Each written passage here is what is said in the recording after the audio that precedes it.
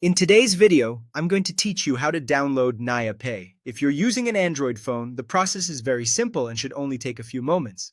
Before you begin, make sure your device is connected to the internet, either through Wi-Fi or mobile data, so the app can download properly without interruption. Start by opening the Google Play Store on your Android device. This is the official app store for Android, and it's the safest place to download verified apps. Once the Play Store opens, tap on the search bar at the top of the screen. In the search field, type NayaPay. As you type, you may see search suggestions appear below. Go ahead and select the correct result or finish typing the full app name and search manually.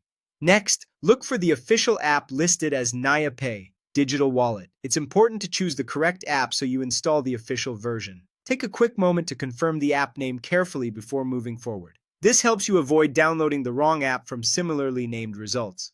Once you've found the correct app, tap on it to open the app page. On this screen, you'll be able to see the app details, including the name, icon, and install option. When you're ready, tap the install button. The app will now begin downloading and installing automatically.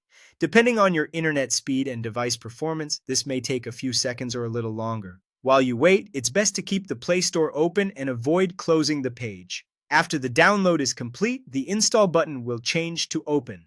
Tap open to launch the app right away. This will take you directly into NayaPay so you can begin the setup process. From here, just follow the on-screen instructions to continue. The app will guide you through the next part, and the instructions shown inside the app will help you complete the setup step by step. That's all you need to do to download NayaPay on Android. As a final tip, always make sure you're downloading apps from the official Google Play Store and selecting the correct app name before installing. This is a good habit for both security and accuracy. Thanks for watching, and I'll see you in the next video.